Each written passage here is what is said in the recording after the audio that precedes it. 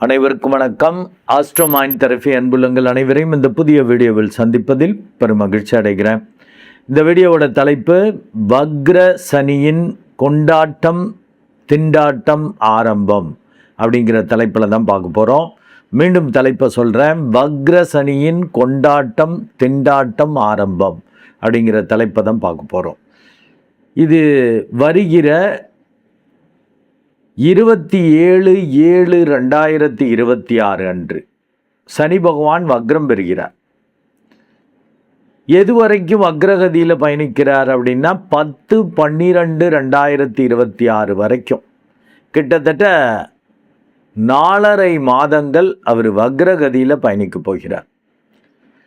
11/12/2026 முதல் நேர்கதியில். அப்போ இந்த வக்ரகதியில் பயணிக்கிறதால என்ன மாதிரி பலாபலன்கள் இந்த 12 ராசிகளுக்கும் ஏற்பட போது, அவங்களுக்கான இந்த அறிவுறுத்தல்கள் என்ன அப்படிங்கிறது தான் இந்த வீடியோஸில் பார்க்க போகிறோம். இப்போ இந்த சனி பகவான் வக்ரகதியில் பயணிக்கிறாருன்னா அது சூரியனுடைய மூமெண்ட்டு படி அது வக்ரமாகும். அதை டீட்டெயிலாக ஜோதிட நுணுக்கங்களை ஜோதிட விதிகளை விட பலன்களை உங்களுக்கு சொல்கிறப்ப தான் நீங்கள் எச்சரிக்கையாக இருக்க முடியும். ஏன்னா லென்த்தி வீடியோவாக போகும். இப்போ இது வக்ரகதியில் 27/7/2026 அன்று பயணிக்கிறப்ப நான் என்னுடைய பல வீடியோஸில் சொல்லியிருப்பேன். என்னுடைய ஆஸ்ட்ரோ மைண்ட் தெரபி அன்புள்ளங்களுக்கு தெரியும். வக்ரகதியில் ஒரு கோள் பயணிக்குதுன்னாக்க அந்த ஜாதகரை ஒரு குடிகாரரை போல் பிஹேவ் பண்ண வைக்கும். குடிகாரர போலன்னு என்ன சார் இப்போ சொல்கிறீங்க, ஒன்றும் புரியல அப்படின்னா, நார்மலாக அந்த குடிக்கிறவங்கள பார்த்தீங்கன்னா தெரியும். நல்ல ஒழுக்கமாக நேர்மையாக ரொம்ப அப்படியே ஆச்சாரமாக பட்டக்கிட்ட போட்டுக்கிட்டுலாம் இருக்கக்கூடிய ஆளுங்க கூட, ரொம்ப அழகாக பணிவாக பேசக்கூடிய ஆளுங்க கூட குடிச்சிட்டா வேறு மாதிரி பேசுவாங்க, வித்தியாசமாக பேசுவாங்க. அதே இது எப்போதும் குடிக்காதப்ப ரவுடித்தனமாக அடாவடியாக திமிராக பேசக்கூடிய ஆள்கள், மோடு முட்டித்தனத்தை காட்டக்கூடிய ஆட்கள் குடிச்சிட்டாங்கன்னு வச்சுக்க சைலண்ட் ஆகிடுவாங்க. ஸோ அப்படியே ஆப்போசிட்டாக அவங்களுடைய நேச்சர் மாறுது. அதை நீங்களே பார்த்துருக்கலாம். அதே போலவே இந்த சனி பகவான் வக்ரம் பெறப்ப, இந்த சனி பகவான் உங்கள் ராசி உங்கள் லக்னத்துக்கு யார், அவன் என்ன மாதிரி வேலையை செய்யக்கூடியவன், உங்களுக்கு நட்புக்கோளா பகைக்கோளா, அதாவது உங்களுக்கு பிரச்சனைக்குரியவரா இல்லை நல்லது பண்ணக்கூடிய நிலைமையில் இருக்காரா, இதெல்லாம் அனுசரித்து தான் அந்த பலாபலன்கள் ஏற்படும். அப்போ அதில் வக்ரம் பெறப்ப என்ன நடக்கும், இயல்புக்கு மாறாக நடக்கும். இப்போ மேஷத்தை ஃபஸ்ட்டு எடுத்துக்கிறோன்னா அதில் 12ஆம் இடத்துல சனி பகவான் பயணிக்கிறப்ப விரய சனிம்பாங்க. நார்மலாக விரயங்களை கொடுக்கும், அதுக்கு அப்படியே மாறாக வரும். அது போல தான் இப்போ சிம்மத்துக்கு பார்த்தீங்கன்னா அஷ்டம சனி, எப்போதும் எதிர்பாராத கண்டங்கள், முறிவு, பிரிவு, ரொம்ப பயமாக இருக்கிறது, எல்லாத்தையும் இழந்து நொந்து போய் இருக்கிற மாதிரி இருக்கிறது, அப்படிலாம் சோதனைகளை அது சனி பகவான் கொடுப்பார். இப்போ வக்ரம் பெறப்ப இந்த 4.5 மாதங்கள் அவர் லீவ் விடுறார் இந்த பிரச்சனைகளுக்கெல்லாம். அதே போல தான் வைஸ் வர்சா நல்லது பண்ணக்கூடிய இப்போ ரிஷப லக்னம் ரிஷப ராசிக்கு 11ஆம் இடத்தில் அந்த பூர்வ பாக்கியாதிபதியாக வரக்கூடியவர் இருக்கிறப்ப அபரிமிதமான லாபங்கள், தொழில் வேலை ரீதியாக தர்மகர்மாதிபதி யோகங்களை அவர் வெளிப்படுத்துவார். பெரிய அளவுக்கு அதன் மூலம் லாபம் பாப்புலாரிட்டியோடு கிடைக்கிறது. இப்படிலாம் பண்ணிகிட்டு இருந்திருப்பார். இப்போ வக்ரம் வர்றப்ப அதுக்கு மாறாக இருக்கும். யாரெல்லாம் மதித்தாங்களோ அவங்க வித்தியாசமாக பிஹேவ் பண்ணுறது, எதன் வழியாலாம் பெரிய அளவுக்கு லாபங்கள் வந்துச்சோ அதெல்லாம் தடைபடுறது, சற்று குழப்பமாவது, பயந்து போகிறது. ஏன்னா இப்போ குடிச்சிட்டிங்கன்னா, இப்போ நார்மலாக இருந்தீங்கன்னா ஸ்டடியாக இருப்பீங்க. குடிச்சிட்டிங்கன்னா குடிகாரர்கள் நடக்கிறதே ஒரு மாதிரி நடப்பாங்கல்ல, மூளை சட்டுன்னு வேலை பார்க்காது, இல்லை வித்தியாசமாக வேறு வேலை பார்க்கும். குடிக்கிறதுக்கு முன்னாடி ஏதாவது பழிவாங்கும் உணர்வுகள், பிரச்சனைகள், இல்லை சந்தோஷ உணர்வுகள் என்ன இருக்கோ அது அப்படியே ஸ்டாக்னண்ட்டாக நின்றுடும். குடிக்கிறதுக்கு முன்னாடி அவன் மோசம் பண்ணிட்டான், அவனால தான் குடிக்கிறேன், அவன் எனக்கு இது பண்ணிட்டான்னா குடிச்சு விட்டு அவங்கள்ட்ட போய் ஆட்டோமேட்டிக்காக அவங்கள அறியாமல் வம்பளக்கிறது, பிரச்சனை பண்ணுறது. ஏன்னா மூளை அதுக்கு முன்னாடி உள்ளதோடு நின்றும். அதை போல தான் இந்த சனி பகவான் இப்போ வக்ரம் பெறப்போ ஒரு குடியாடுற போல் பிஹேவ் பண்ண வைப்பாருங்கிறப்ப, யாரெல்லாம் இந்த சனி பயிற்சியால் நெகட்டிவெல்லாம் அனுபவிச்சுட்டு கொண்டிருக்க அனுபவித்து கொண்டிருக்கிற அத்தனை ராசிகளுக்கும் சற்று லீவு, பிரச்சனையிலேருந்து கொஞ்சம் விடுபாடு இருக்கும். எதெல்லாம் பிரச்சனையோ அதெல்லாம் கொஞ்சம் நல்லதாக மாறும். இது பிரச்சனைன்னு நினச்சது பிரச்சனையாக இருக்காது. ரொம்ப கேஷுவலாக அதுக்காக பிஹேவ் பண்ணவும் முடியாது.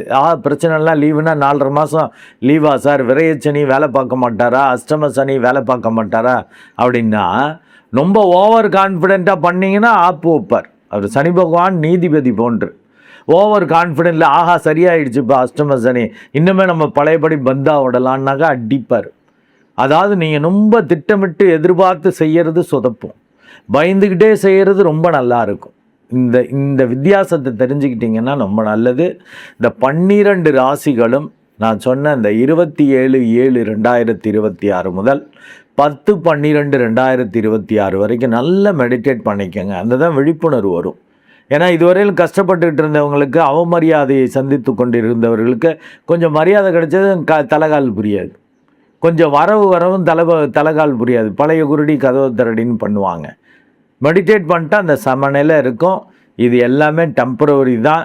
இந்த வக்ரம் பெற்ற கோள் குடிகாரரை போல் பிஹேவ் பண்ண வைக்குங்கிறப்ப சரியாக புரிஞ்சுக்கங்க. இயல்புக்கு மாறாக பிஹேவ் பண்ண வைக்கும். அவன் கெடுதல் பண்ணுறவன் இப்போ நல்லது பண்ணுவான். எந்தெந்த ராசிகளுக்கு கெடுதலாக இருக்கிறதோ அதை புரிஞ்சுக்கணும். நீங்களும் உங்களை இந்த சமநிலையில் இருந்தால் தான் அந்த கண்ட்ரோல் கிடைக்கும். இல்லாட்டி இதுவரையில் கஷ்டம் இருந்தது இப்போ கொஞ்சம் விலகிறப்ப சரியாயிடுச்சு பழையபடி ஆகும்னு செய்யலான்னு பண்ண முடியாது. ரொம்ப கான்ஃபிடெண்ட்டாக செஞ்சீங்கன்னா சொதப்புன்னு இருக்கேன் பாருங்க. பயந்துக்கிட்டே செய்கிறது ரொம்ப நல்லா இருக்கும்.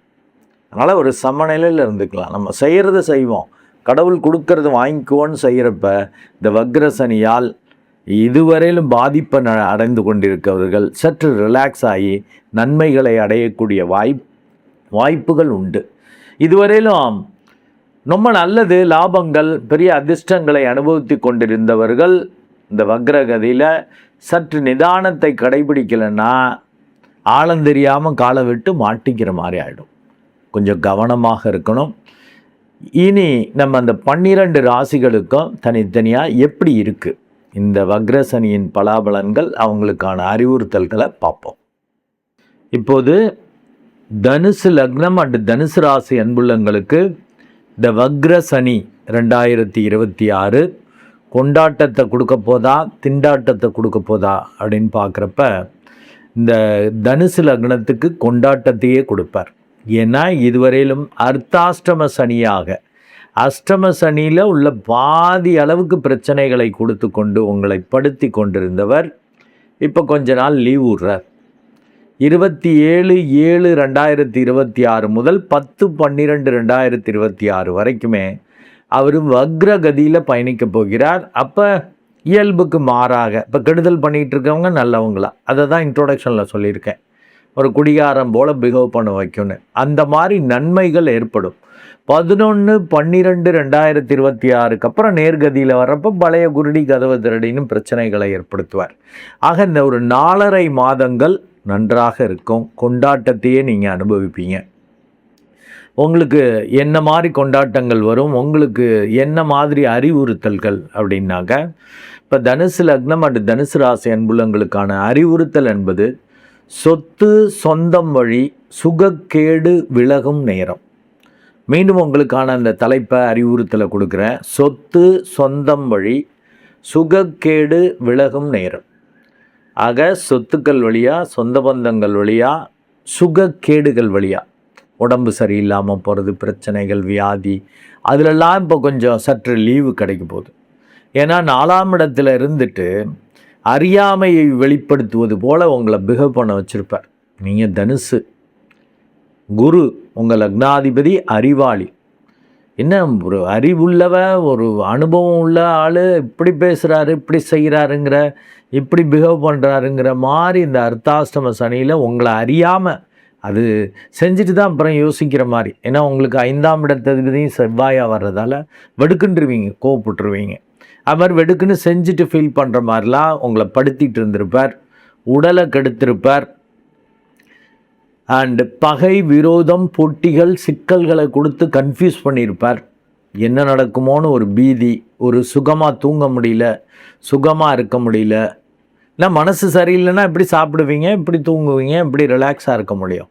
அதை மாதிரி ஒரு பகை, விரோதம், சிக்கல்கள் இப்படியே கொடுத்துக்கொண்டு, அது வேலை தொழில் ரீதியாகவும் சிக்கல்கள், அந்தஸ்து மரியாதை குறைவு, அவங்கள எல்லாம் மதிச்சிட்டு இருந்தவங்கெல்லாம் அலட்சியப்படுத்துகிற மாதிரிலாம் கேவலப்படுத்துகிற மாதிரி பண்ணியிருப்பார். அதுக்கு நீங்களே காரணமாகவும் இருப்பீங்க. அதை மாதிரி அறியாமையாக பேசிடுவீங்க, அறியாமையால் ஏதாவது முயற்சி பண்ணிடுவீங்க. என்ன இப்படி செஞ்சுட்டார் அவர், இப்படி பேசிட்டார் அவர் அப்படின்னு கெட்ட பேர் வர்ற மாதிரி உங்களுக்கு மரியாதை குறைவு வர்ற மாதிரி வரும்.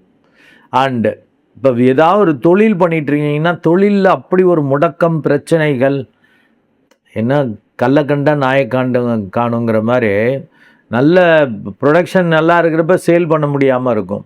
ஆர்டர் கிடைக்கிறப்ப ப்ரொடக்ஷன் பண்ண முடியாதபடி, வேலை ஆட்கள் வராதபடி, இல்லை கரண்ட்டு ப்ராப்ளம், அது இது ஏதாவது ஒரு பிரச்சனையை கொடுத்து உங்களை படுத்தி கொண்டிருந்தவர் ஒரு 4.5 மாதங்கள் லீவ் விடுறார். அந்த வக்ரகதியில் பயணிக்கிறப்ப ஓரளவு கடுமையாக நீங்களே உழைப்பீங்க, நல்ல அனுபவங்களை கொடுப்பார்.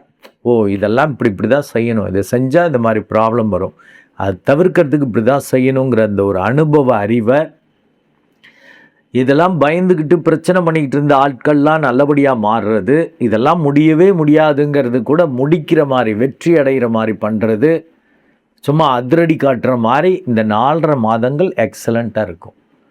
புதிய பாதை, புதிய பயணம், புதிய தொழில், புதிய வாய்ப்புகள், இதெல்லாம் உங்களுக்கு புதிய கதவுகள் திறக்கும் இந்த 4.5 மாதம். இருந்தாலும் 4.5 மாதம் சென்று திரும்ப அப்படி தான் இருக்கும். இது கோச்சார ரீதியான பலன்கள்ங்கிறதால தசாபுத்தியை பார்த்துக்கணும். ஒரு குறுகிய கால ஆர்டர்ஸ், அது ஒரு 3-4 மாதத்தில் முடிச்சுக்கலாம், 3-4 மாதத்தில் செஞ்சிடலாம் அப்படிங்கிற மாதிரி இருந்துன்னா எவ்வளோ பெரிய ஆர்டராக இருந்தாலும் எடுக்கலாம். பட் லாங் டேர்முக்கு போகிற மாதிரிலாம் இருக்குது அப்படின்னாக்கா நீங்கள் தசாபுத்தியெல்லாம் பார்த்துட்டு தான் செய்யணும். நல்ல தசாபுத்தினா செஞ்சுக்கலாம். ஏன்னா இது கோச்சார ரீதியான பலன்கள்ங்கிறப்ப 25% தான், தசாபுத்தி தான் 75%. அதனால் தைரியமாக இது பண்ணலாம். இப்போ தசாபுத்தி சரியில்லை அப்படின்னாக்கா இந்த 4.5 மாதம் தான் நல்லாயிருக்கும். அதுலேயே நீங்கள் அந்த இன்ட்ரோடக்ஷனில் சொன்ன மாதிரி குடிகாரரை போலன்னு இருக்கேன், இது பிரம்மாண்டமாக வெற்றி கிடைக்கும், அடித்து தூக்கிடுவேன்னு செஞ்சிங்கன்னா சொதப்போம். கொஞ்சம் பயந்துக்கிட்டே செய்கிறப்ப இது என்ன நடக்குமோ, நல்லபடியாக முடியும், முருகா எந்த கடவுளை பிடிக்குமோ அந்த கடவுள் பேரை சொல்லிட்டு செய்கிறப்ப மிராக்கிள் நடக்கும். ஏன்னா வக்ரம் பெற்றக்கோள் அப்படி தான், ரொம்ப ஓவர் கான்ஃபிடென்ட்டில் வேலை பார்க்க முடியாது. ஏன்னா அவர் உங்களுக்கு 3ஆம் இடத்து அதிபதியாகும். முயற்சி தைரியத்துக்குரியவராக வந்து சிக்கலை ஏற்படுத்துவார். ஓவர் கான்ஃபிடென்ட்டில் பண்ணிங்கன்னா சொதப்போம். ஏன்னா ரொம்ப தன்னம்பிக்கையோடு இதெல்லாம் ஈஸி ஜஸ்ட் லைக் தட்டு முடிச்சிருவேன் அப்படின்னு பண்ணிங்கன்னா சொதப்பிடும். கொஞ்சம் நிதானமாக பண்ணுறப்ப பயந்துக்கிட்டே பண்ணுவீங்க, இது முடியுமா முடியாதான்னு தெரியல, கடவுளை பார்த்துக்க அப்படின்னு செய்கிறப்ப அது சூப்பராக இருக்கும். அது மாதிரி பேசுகிறதும் இதுவரையிலும் சொதப்பி பேசிக்கிட்டு இருந்தீங்க, இப்போ ஒரு தெளிவாக பேசுவீங்க, நிதானமாக பேசுவீங்க, ஒரு தெளிவு கிடைக்கும். பொருளாதார ரீதியாகவும் நல்ல வளர்ச்சி வரும். வேலை தொழில் ரீதியாக நல்ல டெவலப்மெண்ட் வரும்.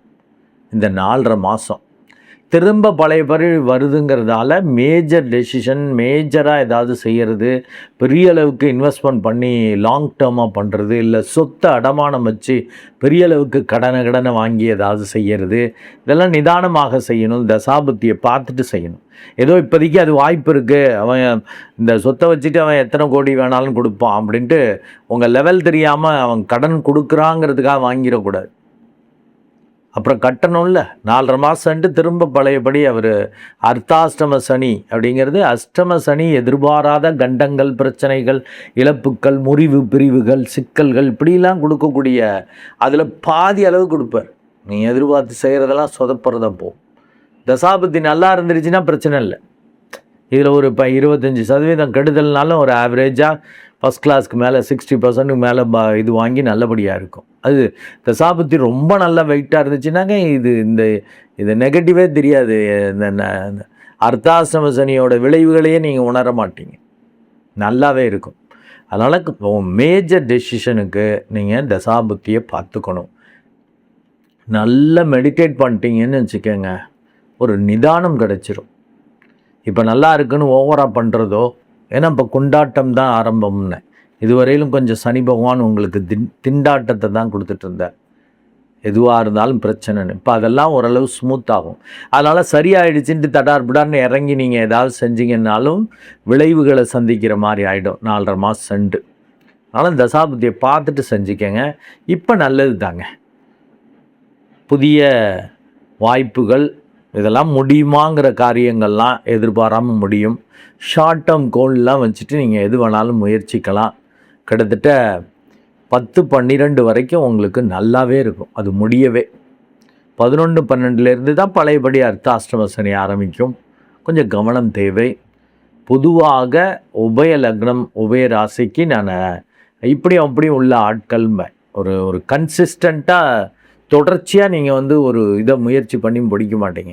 ஆரம்பிப்பீங்க, அப்படியே ஏதாவது விட்டுருவீங்க, மரியாதை போய்டும். நீங்களே உங்களுக்கு அந்த மேட்டிமை குணம்லாம் இருக்குன்னு சொல்லியிருக்கேன்ல, ஏதாவது ஒரு சொதப்பல் வருது இதுன்னு வேணான்னு விட்டுருவீங்க. தொடர் முயற்சி, தொடர் பயிற்சி வேணும். முயற்சியும் பயிற்சியும் தான் உங்களுக்கு இதாக இருக்கும். உங்களுக்கு அறிவு இருக்குங்க, அறிவுங்கிறது வேஸ்ட்டு.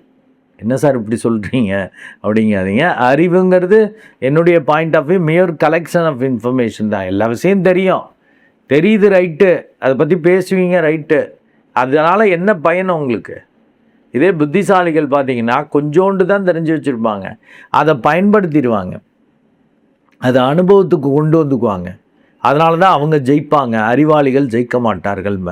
அதனால் நீங்கள் கொஞ்சம் மெடிடேட் பண்ணிங்கன்னா இந்த புத்திசாலித்தனம் ஆட்டோமேட்டிக்காக வரும். ஏன்னா அவர் பார்த்துக்குவார், நீங்கள் செய்வீங்க, தொடர்ச்சியாக கடவுள் மேலே பாரத்தை போட்டு முயற்சிப்பீங்க. நீங்களாக ப்ரிஜுடியூஸாக முடிவு பண்ண மாட்டீங்க. ஏன்னா அறிவாளிகளே அப்படி தான் பண்ணுவாங்க. அதில் உள்ள 50 நல்ல பாயிண்ட்டு தெரியாது, அதில் உள்ள 5 நெகட்டிவ் பாயிண்ட்டு அவரை படுத்தும். 50 நல்ல பாயிண்ட்டு அவர் கண்ணுக்கு மறைஞ்சிரும். இந்த 5 நெகட்டிவ் பாயிண்ட்டு தான் பெருசாக தெரியும். ஐயோ அப்படின்னு, ஏன் இப்படி தான் நடக்கணுமா, 50 நல்லது பாயிண்டில் நம்மளுக்கு நடக்காதா அப்படின்னு திங்க் பண்ண மாட்டார். ஏன்னா அறிவு அப்படி தான் படுத்தும். நல்லா மெடிடேட் பண்ணிட்டீங்கன்னா ஒரு ஞானி போலையே மாறிடுவீங்க. ஏன்னா காலப்புருஷ தத்துவப்படி 9வது ராசி. தொடர் முயற்சி, தொடர் பயிற்சி. நீங்கள் மெடிடேஷன்னா தொடர்ச்சியாக பண்ணணும், அது பண்ண மாட்டீங்க. அதுதான் பிரச்சனை. எல்லாம் தெரியும், பல இன்ஃபர்மேஷன் தெரியும், அந்த ரிஷி எப்படி சொல்லியிருக்காரு, இது எப்படி, எல்லா விஷயமும் தெரியும். அவ்வளோ புத்தகங்கள் வாங்கி படிப்பீங்க, எல்லாம் பண்ணியிருப்பீங்க. கடைசியில் பண்டம் லேதுன்ட்டு அதை பயன்படுத்தி ஏதாவது செஞ்சீங்களா, அனுபவத்துக்கு கொண்டு வந்தீங்களாங்கிறது ஒரு கேள்விக்குறி. தயவுசெய்து மெடிடேட் பண்ணுங்கள். சரணாகதி தத்துவத்துக்கு வந்துட்டீங்கன்னாலே இந்த மேட்டிமை குணம் குறையும். அண்டு எதையும் அப்படியே இன்ஃபர்மேஷனை எடுத்துக்கிட்டே போயிட்டுருக்க மாட்டீங்க. தெரிஞ்சதை வச்சு என்ன செய்ய முடியும், அதை நம்மளுக்கு நல்லது, மற்றவங்களுக்கு நல்லது எப்படி பண்ண முடியும்னு யோசிச்சிங்கன்னா பரம திருப்தி, புகழ், மரியாதை உங்களுக்கு கிடைக்கும். இல்லாட்டி அவர் எய்ம் பண்ணிகிட்டே இருப்பார்ப்பா, ஒன்றும் செய்ய மாட்டார்ப்பா, வேஸ்ட்டுப்பான்னு பேர் வாங்கிடுவீங்க. தயவு செய்து மெடிடேட் பண்ணுங்கள். நன்றி அன்புள்ளங்களே. மீண்டும் ஒரு நல்ல வீடியோவில் உங்களை சந்திக்கிறேன். அதுவரை உங்களிடமிருந்து வணக்கம் கூறி விடைபெறுவது உங்கள் அன்பு டாக்டர் அருட்குழந்தை ஆர் கணேசன். நன்றி, வணக்கம்.